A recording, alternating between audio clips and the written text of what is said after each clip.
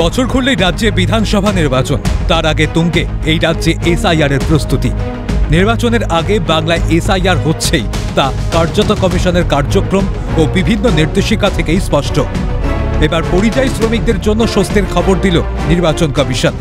অনলাইনের মাধ্যমে ভিন রাজ্যে বসেই এসআইআর প্রক্রিয়ায় অংশ নিতে পারবেন বাংলার পরিযায়ী শ্রমিকরা।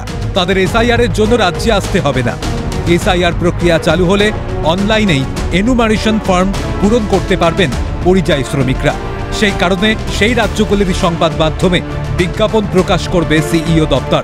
বিজ্ঞাপন প্রকাশের পরেই অনলাইনের মাধ্যমেই এসআইআর প্রক্রিয়ায় অংশ নিতে পারবেন ভিন রাজ্যে কর্মরত বঙ্গের শ্রমিকরা। সব মিলিয়ে নির্বাচন কমিশনের প্রথম নেওয়া এই উদ্যোগ যে যথেষ্ট প্রাসঙ্গিক হতে চলেছে তা বলার অপেক্ষা রাখে না। খালিদ জামালের রিপোর্ট, ক্যালকাটা নিউজ।